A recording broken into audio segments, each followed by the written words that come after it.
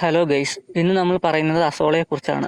ശുദ്ധജലത്തിൽ വളരുന്ന പായൽ വിഭാഗത്തിൽപ്പെടുന്ന ഒരു ചെറു സസ്യമാണ് അസോള. ഇതിൻ്റെ ഒരു പ്രത്യേകത എന്ന് വെച്ചാൽ ഇത് ആർക്ക് വേണേലും വളരെ പെട്ടെന്ന് വളർത്തിയെടുക്കാൻ പറ്റുന്ന ഒരു പായലാണ്. 25% മുതൽ 40% വരെ പ്രോട്ടീൻ അസോളയിലുണ്ട്. അതിനാൽ തന്നെ പശു, കോഴി, വളർത്തു മത്സ്യങ്ങൾ എന്നിവയുടെ തീറ്റയിൽ ഇത് ഉൾപ്പെടുത്താവുന്നതാണ്. മറ്റ് സസ്യങ്ങളെ അപേക്ഷിച്ച് കന്നുകാലികൾക്ക് അസോള കൊടുക്കുന്നതിലൂടെ 15% മുതൽ 20% വരെ പാലുൽപാദനം കൂടുകയും ചെയ്യും. അതേപോലെ അസോളയിൽ വളരെയധികം നൈട്രജൻ്റെ കണ്ടന്റ് ഉണ്ട്. അതുകൊണ്ട് തന്നെ വളരെ നല്ലൊരു ജൈവവളമായിട്ട് നമ്മൾ അസോള ഉപയോഗിക്കാറുണ്ട്.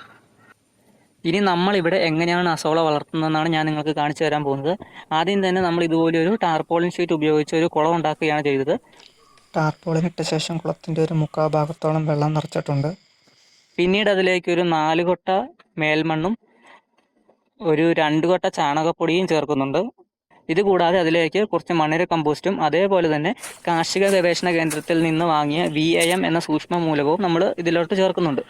അസോളയുടെ വേരുകൾക്ക് കരുത്ത് കിട്ടുവാൻ വേണ്ടിയാണ് നമ്മൾ ഈ VAM ചേർക്കുന്നത്. നമ്മുടെ ഈ അസോള ടാങ്കിൻ്റെ ആഴം എന്ന് പറഞ്ഞാൽ ഒരു കൈപ്പത്തിയുടെ നീളം അല്ലെങ്കിൽ ഒരു 10 to 20 സെൻറ്റിമീറ്റർ അതിൻ്റെ ഇടയ്ക്കാണ് കേട്ടോ. അതിനുശേഷം നമ്മൾ വെള്ളം നന്നായിട്ടൊന്ന് ഇളക്കി എല്ലാ ഭാഗത്തേക്കും വളങ്ങൾ എത്തിക്കുകയാണ് ചെയ്യുന്നത്.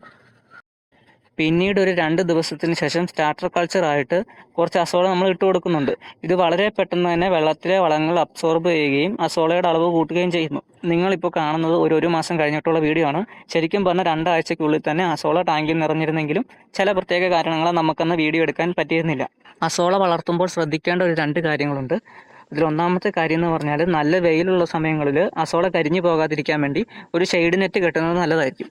രണ്ടാമത്തേതെന്ന് പറഞ്ഞാൽ നമ്മുടെ അസോള വളർത്തുന്ന വെള്ളത്തിൽ ചാണകത്തിൻ്റെയൊക്കെ കണ്ടന്റ് ഉള്ളത് കാരണം കൊതുക് വന്ന് പെട്ടെന്ന് മുട്ടയിടാൻ സാധ്യതയുണ്ട്. അത് വരാതിരിക്കാൻ വേണ്ടി ഇതിലേക്ക് കൊതുകിനെ തിന്നുന്ന വല്ല മത്സ്യങ്ങളെയൊക്കെ വിടുന്നത് നല്ലതായിരിക്കും. അതായത് ഗപ്പി, പ്ലാറ്റി അങ്ങനത്തെ മത്സ്യങ്ങളെല്ലാം കൊതുകിനെ തിന്നുന്നതാണ്. സോ ഇന്നത്തെ വീഡിയോ നിങ്ങൾക്ക് എല്ലാവർക്കും ഇഷ്ടപ്പെട്ടെന്ന് വിചാരിക്കുന്നു. പുതിയൊരു വീഡിയോയുമായി ഉടൻ തന്നെ വരുന്നതാണ്. നിങ്ങളുടെ അഭിപ്രായങ്ങളെല്ലാം കമൻറ്റ് ചെയ്യുക. ചാനൽ ഇഷ്ടപ്പെട്ടെങ്കിൽ സബ്സ്ക്രൈബ് ചെയ്ത് സപ്പോർട്ട് ചെയ്യുക.